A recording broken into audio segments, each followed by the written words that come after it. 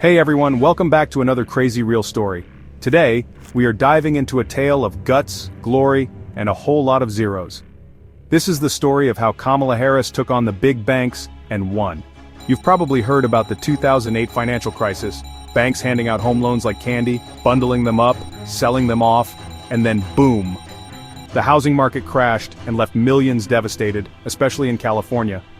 Fast forward to 2011, and the US government was ready to settle the score. They proposed a $4 billion settlement with major banks like JP Chase, Wells Fargo, and Bank of America. California's share of that, just $2 to $4 billion. Enter Kamala Harris, the then Attorney General of California. She looked at that number and said, "Nope, this isn't enough." She sent a formal letter to the Department of Justice stating, "I will not sign this deal. Californians deserve more."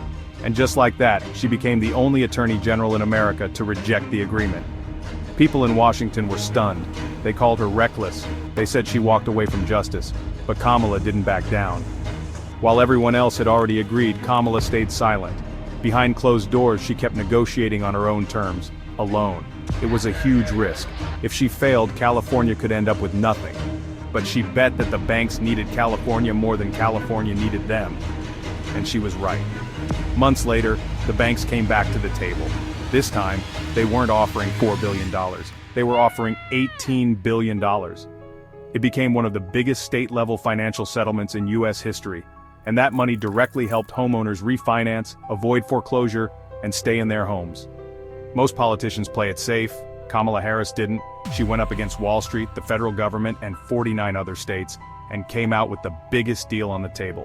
That move made her a national figure almost overnight. It showed she wasn't just ambitious, she was willing to fight. Some people say it was a calculated political stunt. Others call it one of the smartest legal moves in modern US history. But one thing is clear. One letter, one refusal, and one massive payout that changed the game for millions. In politics, most people try to survive the system. Kamala Harris flipped the script and made the system pay. That's how one quiet no shook Wall Street. And that's another crazy real story. Thanks for watching. Don't forget to like, subscribe, and hit that bell icon for more stories that make you go, "Whoa!" See you next time!